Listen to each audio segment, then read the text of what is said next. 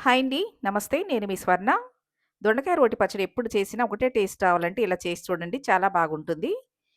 ఇప్పుడు ప్యాన్‌లో 2, 3 స్పూన్‌ల ఆయిల్ పోసి ఆయిల్ హీట్ అయిన తర్వాత 150 గ్రామ్స్ పచ్చిమిర్చి, 150 గ్రామ్స్ దొండకాయలు వేసి వేయించుకోవాలి. ఇలా వేగిన తర్వాత తీసి పక్కన పెట్టేసుకోవాలండి. ఇప్పుడు ఇదే ప్యాన్‌లో హాఫ్ కేజీ టమాటాలు వేస్తున్నాను. టమాటాలు ఎలా మగ్గిన తర్వాత కంప్లీట్‌గా చల్లారిన తర్వాతే రోట్లో వేసి రుబ్బుకున్నా, మిక్సీ వేసినా గానీ చల్లారిన తర్వాత మాత్రమే రుబ్బుకోవాలండి. ఇప్పుడు రోల్లో వేయించుకున్న పచ్చిమిర్చి, దొండకాయలు వేసుకోవాలి.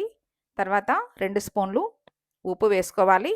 తర్వాత ఇప్పుడు నిమ్మకాయ సైజంతా చింతపండు వేసుకొని దంచుకోవాలి. ఇలా దంచిన తర్వాత వెల్లుల్లి రెమ్మలు ఒక 5, 6 వెల్లుల్లి రెమ్మలు వేసుకోవాలి. ఒక చిన్న స్పూను జీలకర్ర వేసుకోవాలండి.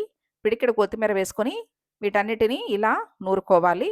చూడండి మరీ మెత్తగా కాకుండా ఇలా నూరుకుంటే సరిపోతుంది. ఇప్పుడు ఇందులో ఉడికించి చల్లారపెట్టుకున్న టమాటాలు వేసుకోవాలండి. టమాటాలు వేసుకొని ఇలా మెత్తగా రుబ్బుకోవాలి. చూడండి ఇలా రుబ్బుకున్న పచ్చడిలో పోపు వేసుకోవటమే.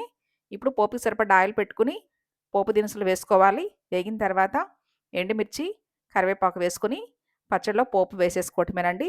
వేసుకోకపోయినా బానే ఉంటుంది. వేస్తే ఇంకా బావుంటుంది.